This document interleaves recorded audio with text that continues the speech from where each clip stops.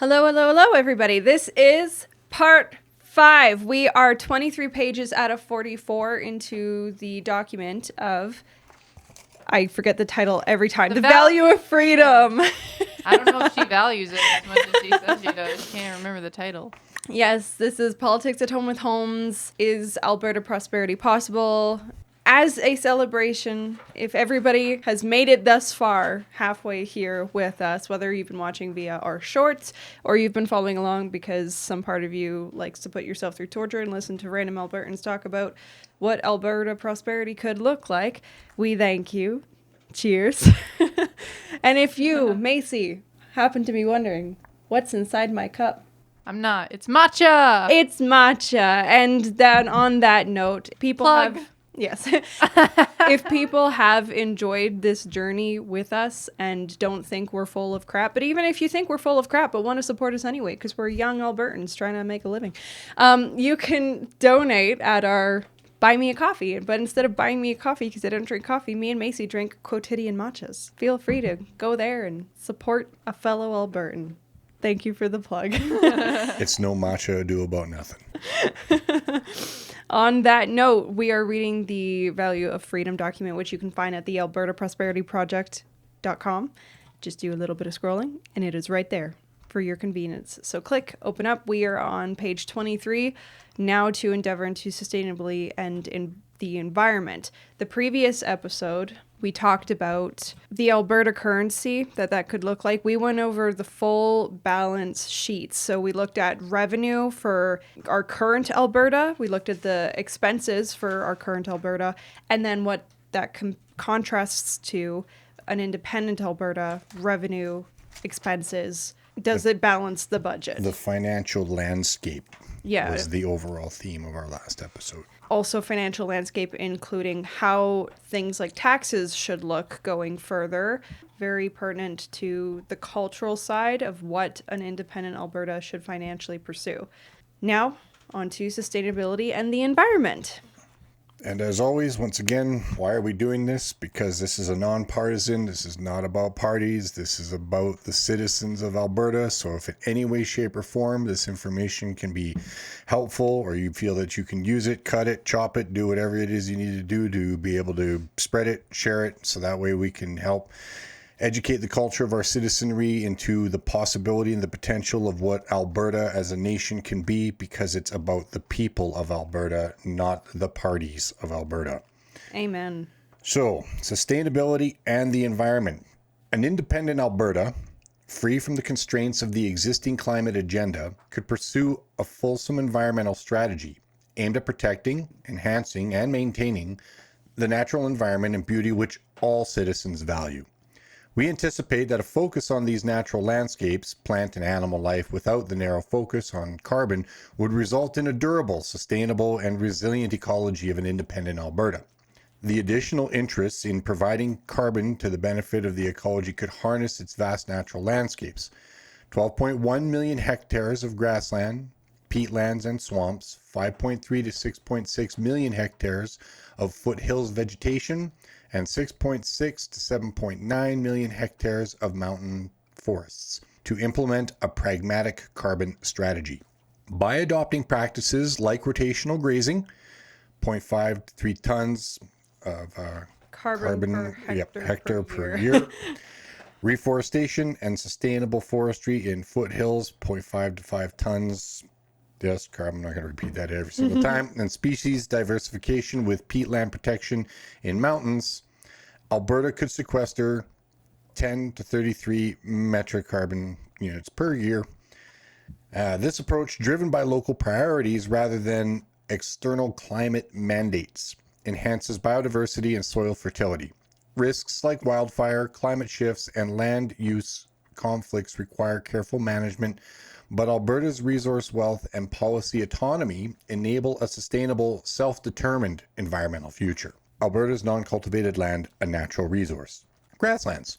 Area. The grassland natural region in Alberta covers approximately 12.1 million hectares. This region, which includes areas like the foothills Fescue subregion extends west to the Rocky Mountains and north to the southern edge of the parkland region, comprising about 14% of Alberta's total land base. Alberta's total area is 66.2 million hectares. Context: this includes native grasslands such as those in the foothills parkland and other prairie ecosystems, but does not account for converted agricultural lands or degraded areas. Foothills vegetation. Definition: the foothills natural region includes rolling hills, plateaus, and a mix of deciduous and mixed wood forests. Examples: aspen, poplar, white birch, balsam poplar. At lower elevations, transitioning to coniferous forests at higher elevations, as well as some grasslands and parkland areas. Example: foothills parkland. Area. Exact figures for the foothills natural region are less precise in the sources, but it is estimated to cover about 8 to 10% of Alberta's land base, or roughly 5.3 to 6.6 million hectares, based on Alberta's total area of 66.2 million hectares. This includes lower foothills subregion, diverse forests, and some grasslands with no specific hectare estimate, but noted as a significant portion of the region. Foothills parkland, a narrow transitional band between grasslands and forests, like a smaller subset estimated at, give or take, 1.2 million hectares based on its described limited extent. 3. Mountain forestry. Definition: the Rocky Mountain natural region includes coniferous forests, example: lodgepole pine, Engelmann spruce, subalpine fir at higher elevations, montane forests, and some alpine meadows and peatlands. Area. Alberta's total forest area, including foothills and mountain regions, is estimated at 35.2 to 38 million hectares. The Rocky Mountain region specifically is smaller, covering about 10 to 12% of Alberta's land base, or roughly 6.6 to 7.9 million hectares. This is primarily coniferous forest with some overlap with foothills forests at lower elevations. Context: the Rocky Mountain front includes montane forests and some foothills parkland grasslands, but the forest portion dominates. Summary of hectares. Grassland, 12.1 million hectares, 14% of Alberta. Foothills vegetation, 5.3 to 6.6 million hectares, 8 to 10% of Alberta, including mixed wood forests, grasslands, and parkland. Mountain forestry, 6.6 to 7.9 million hectares, 10 to 12% of Alberta, primarily coniferous forests. Plausible carbon strategy for Alberta's grasslands, foothills, and mountains forests. Strategy overview. Grassland management. Rotational grazing. Continue to implement adaptive multi-paddock grazing to enhance soil carbon sequestration by 0.3 to 0.7 tons. This involves rotating livestock to allow grass recovery, promoting deep root growth and soil organic matter. Restoration of degraded lands. Restore overgrazed or converted grasslands using native species, example, foothills fescue, to sequester 1 to 3 tons. Prioritize areas near existing grasslands for cost effectiveness. Protection. Expand protected areas, currently give or take 1% of Alberta's grasslands. Conserve 2 million hectares to maintain existing stocks through conservation easements or incentives to prevent conversion to cropland, preserving existing carbon up to 200 tons. For the protection part of this, when it says conserve 2 million hectares to maintain existing stocks through conservation easement or incentives to prevent conversion to cropland, what does that entirely mean? There may be the need as your population grows and you're trying to manage for your crop rotations to actually have some land that we can turn into cropland, and then with the rotation, because if we got to feed our people. It's just a agricultural management strategy. Well, it says or incentives to prevent conversion to cropland, preserving existing carbon. But the part here about this conservation easements, like as in you get some sort of financial incentive to make your land conservation, or what does that mean? No, because this falls under the category of protection, right? So Okay. expand protected areas. Most cases, this falls into Not turning it into agricultural right, the land. subcategory of, right? It's like, so try to reserve it for something where we don't end up overturning your topsoil to become farming. And for the grasslands, for the rotational grazing and the restoration of degraded lands, regardless of even those who would like it to be for carbon sequestration, I'm of the opinion that I don't. But for these two things, it also just I think helps though for the sake of, correct me if I'm wrong, but for agriculture, if I'm not mistaken. Like that seems like, because then if you were doing, I don't know, like some sort of rotational grazing, and I'm assuming that's when you're moving the livestock to different locations, for all you know, you might want to use that, I guess, land that the cows or livestock have moved from to potentially do agriculture, as in like planting for vegetables or something like that. Like, because now you've turned the soil essentially. So, I mean, that's my question slash my little bit. What do we think on that? Yeah, I mean, I kind of look at it in the lens of, okay, so what it is you're trying to look at a percentage that you maintain this being protected. So no matter how you're going to move animals onto a section of land to do some grazing, and then they get brought off the land, and then, you know, maybe a certain amount of time of remaining fallow to allow for it to get soil nutrients into it, then you may permit actually using it for something along those lines, but then you have to move that land. Like you have to section off then somewhere else within Alberta that still meets these environmental criterias. So that way we're maintaining that no matter what, a certain percentage of Alberta's land will not be getting used, where all of a sudden we find ourselves sort of like expanding into territories for the sake of like industry. And we are ignoring the responsibility associated with being good stewards of our country. That's how. Yeah, like that's how I basically view like this. land recycling. Yeah. Yes. Foothills management, restoration and afforestation. Reforest 0.5 million hectares of cleared degraded areas with mixed wood species, example aspen spruce, to sequester 2.5 tons. In early growth phases, integrate trees into agricultural lands, agroforestry for 1 to 2 tons. Sustainable forestry, reduce clear cutting and adopt selective harvesting to maintain carbon stocks, increasing sequestration by 0.5 to 1 ton, lengthen harvest rotations to allow older trees to store more biomass, 20 to 50 tons over decades, grassland forest integration, promote silvopasture systems. I'm not familiar with this term. Integrate trees with grazing on 1 million hectares, trees plus grazing and foothills to combine grassland and forest sequestration benefits, targeting 1 to 2 tons per year. So also question on the lengthen harvest rotations to allow older trees to store more biomass. What does lengthen harvest rotations mean? Before you go chopping down your batch of trees that you're growing to maintain an industry, but also you're growing trees so that they pull carbon, right? Because the way trees eat. And the older the tree, they're saying like lengthen it too, because older trees, bigger trees, they consume more carbon. That, and I was also just thinking that does that not play into what we even learned in our experience with gardening of how when you have older trees mixed with younger trees, it helps with the younger trees to also grow and prosper as well. That is also true. So I was just thinking maybe that would even help for the ones that they're saying for that. And when it says reduce clear cutting and adopt selective harvesting, what is selective harvesting? So clear cutting has been known to, when you wipe out all those trees and then there's the degradation of their root structure, you get topsoil erosion. So if you like make it more sparse, say there's a region that you know that you're going to use for forestry for your lumber industry, fair enough, but don't go and clear like a major swath, like run sections, sort of maybe linear or horizontal lines or stuff that flows with the contours of the land, but don't just take out a large section of trees and have all that root structure then turn to rot and fire material. And so be a bit more selective, literally. Yes. So that way the root structures... Yeah, literally is the rate. Yeah. So that the way the root structures can still be relatively okay. Like with the fact that you took out a couple of trees in this area and now you're taking it from in here. So it's a bit more incremental than just it's giant actually a practice that gets done lots in the industry. And to answer silvopasture systems is tree forestry, combining that with an animal husbandry. So now you're getting animals and livestock grazing on grounds where trees are being grown. So they combine it for diversity. Mountain forest management, species diversification, plant diverse coniferous and deciduous species, lodgepole pine, Engelmann spruce, aspen to diversify 2 million hectares of forests, boosting sequestration by 0.05 to 3 tons.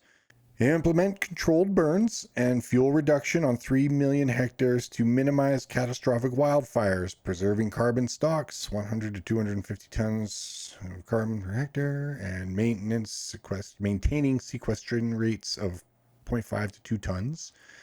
Peatland protection, conserve mountain peatlands to maintain their high sequestration potential.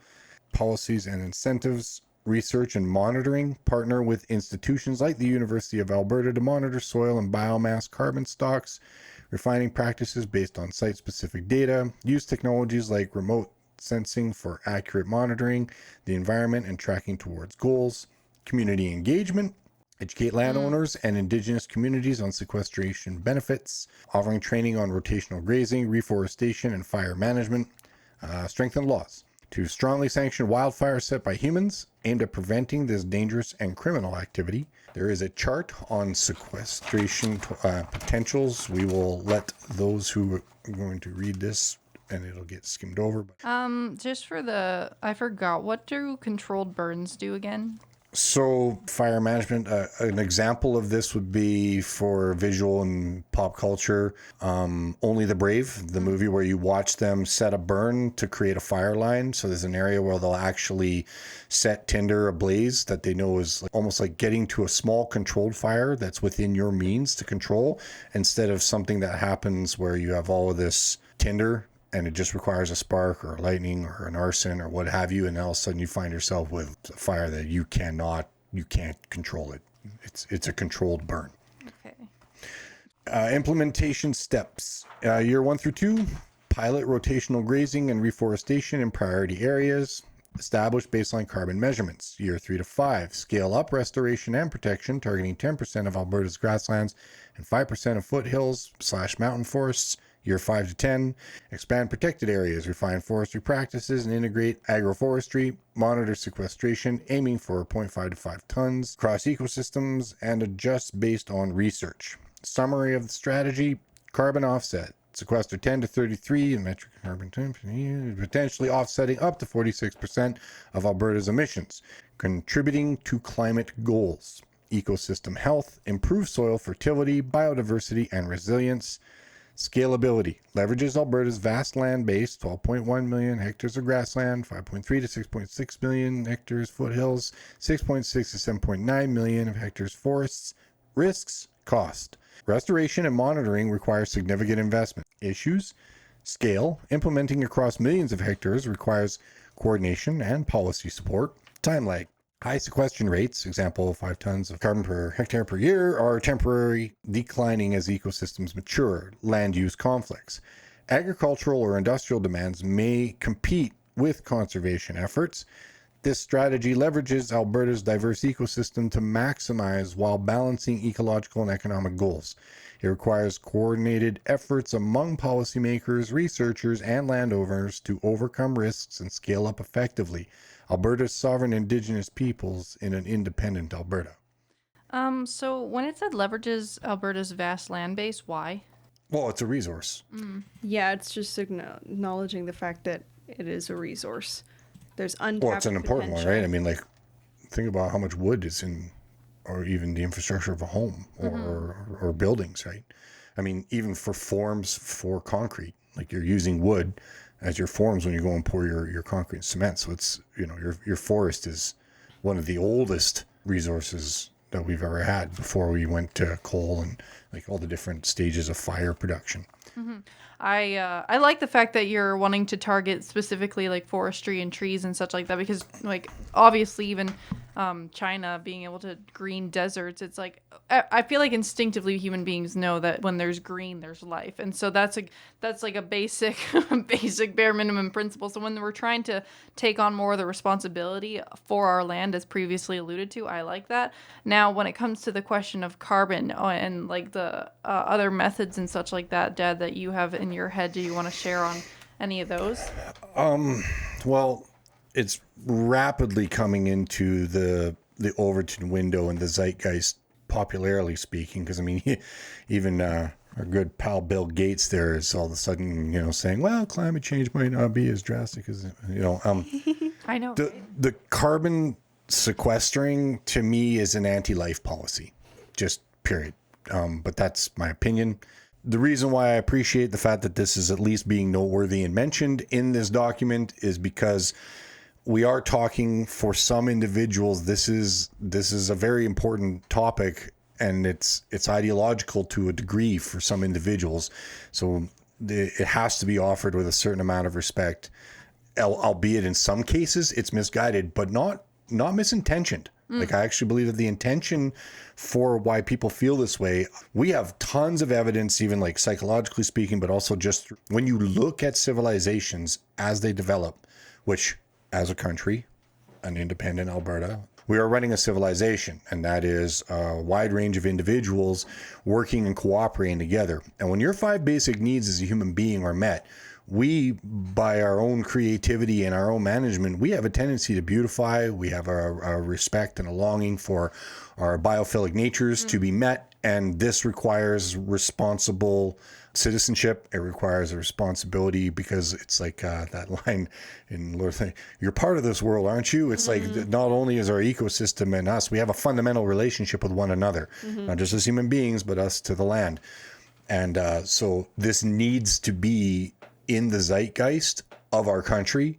So I fully endorse the modus operandi, like why this is here, and we can find a way. Now, to tag, oh, this is for carbon sequestering, unfortunately, I feel like too much emphasis was placed on a misnomer, in my opinion, but it doesn't mean that the tactics and strategies don't have benefits to the moral aptitude that people feel passionate about this subject on. So it's being added because it's important to the people, and that's what this document is for, is to show that not only can we think about it, we can succeed in managing it, and we'd be better off doing it on our own. Yes, regardless of whether you want to pursue biodiversity and agricultural diversity for carbon sequestration or carbon capture, planning the diversification of even doing the silvopasture, which is combining trees with your animal husbandry, all of those, even if you don't agree with carbon sequestration, doing these actions will still benefit the overall environment and the environment of our ecosystems as in our Alberta grasslands and all that jazz. So overall, it's still a win. Yeah, and I mean, taking on a personal note, as someone who's done a lot of crown camping, and we see cattle out in some beautiful areas, you see the trees. I mean, they're using the poop. This just makes sense. And the animals seem to be really, like, they like it. I don't know how to distinguish a happy cow, but when they're all together doing their thing, they look like they're enjoying their time out there just as much as we do. The particular intonation of the moo.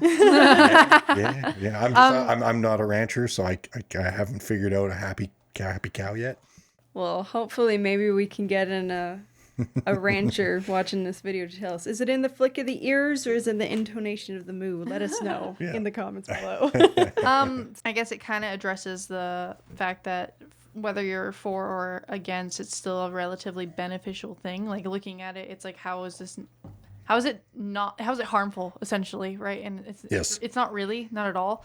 In terms of, because I remember the first time we read this, and now just sharing our own opinions, because we're kind of addressing those who are concerned, well, need not be, because look at, these are all the things that we could do. And then for those who are less concerned about the carbon sequestration and less concerned about the whole carbon capture necessity, when we were first reading it, you're kind of talking about some different projects that have been going on in terms of hydro and stuff like that. So what are some things in your brain that you think are like somewhat better, or just things that as Albertans we should be considering when we're on the topic of environment? Because that's what the whole point of this document is when we're on the topic of prosperity for this specific sector, which is environment. What are some ideas that, even through you, Dad, doing your research, that you think are actually kind of cool things that you've noticed other countries doing and such? Well, I mean, we can take an example of the Move South, Water North. Mm-hmm. Yeah, I'm forgetting the official name. I mean, that's like water management on a level that we could do in Alberta. Once again, we have to start considering we would need to grow in our infrastructure with regards to these matters. We have ample amounts of water, more than people will actually realize, just with our water table. Anybody who's drilled a well, and I mean, I'm talking even in the oil field, right? Like, there's water. if we set up even irrigation systems where, you know, like we've moved forward as a country, where now we have got some high-speed rail, we could even have like pipelines for water infrastructure being able to be moved. We can improve irrigation. That would make these ideas for sustainability in the environment much more efficient, energy efficient as well, because a lot of this, like say we do get into thorium reactors, fourth gen nuclear or small modular reactors, we could find ourselves moving water more rapidly throughout our province to address areas. So it's like, not only could you be running some of these strategies, but we could actually improve upon them with technology that's already out there. I mean, even piping in ocean water, Iran's desalination processes is like second to none in the world. The stuff that they're doing for being able to use the ocean's waters, and I mean, you know, we can use that salt, hence thorium. The potential for our country through innovation, with the means and this framework, because once again, this document it's a framework, right? Like, this is not hard facts, and we can start arguing the semantics about whether this is going to work or not. It's like, no. This is exactly what the cover says, right? So some of the things that I mentioned, like taking a look at other countries that are doing right by their infrastructure with water, and if we do that, then that makes all of these strategies, because even getting water to our animals, you know, as we run the rotation, because we would develop a system anyway. Like you'd be taking a look at the areas that agriculture and ranching, where they merge, but you're going to have these sections where there's real flourishment. Well, then you set up in it your infrastructure to accentuate that, and lots of that's going to be underground. Right. So we're not actually ruining anything on the top level. And so it stays in that whole management and, well, sustainability and the environment structure. So, Yeah, one last question for the idea of moving, because this is just me curious on the topic that you brought forward. I might deviate a little bit, but with the idea of taking like desalination of Iran, is that what the word is? Desalination? yeah, it's just taking the salt out of the ocean water so that you can use it for other things. Does the ocean replenish itself, or like how does that work? Because I could already see someone going like, well, now we're taking away from the ocean, and I don't know if that's a good idea. So I was just wondering, like, how does that replenishment cycle work then if we were to start playing that game? Like, how's Iran doing that? Well, you also isolate a portion of it. You don't desalt the ocean. You take ocean water and desalt that portion. And it flows. Yeah. And it picks up minerals and makes its way back to an ocean. So, I mean, and fish have to sweat. Oh my gosh. That's not true. I just threw it out there. I love how you said it flows, and I was like, my brain was instantly like, oh yeah, duh. That's okay. But I bet you there was someone who might have thought exactly what I thought, because, well, you know. So this, everybody, concludes the Sustainability and the environment section. Mm-hmm. And this is part 5, so we will reconvene for part 6. Which will be on Indigenous people. Yes, Alberta's sovereign Indigenous people in an independent Alberta. Yeah. Without further ado, thank you everybody for tuning in. Thank you. Bye. Goodbye.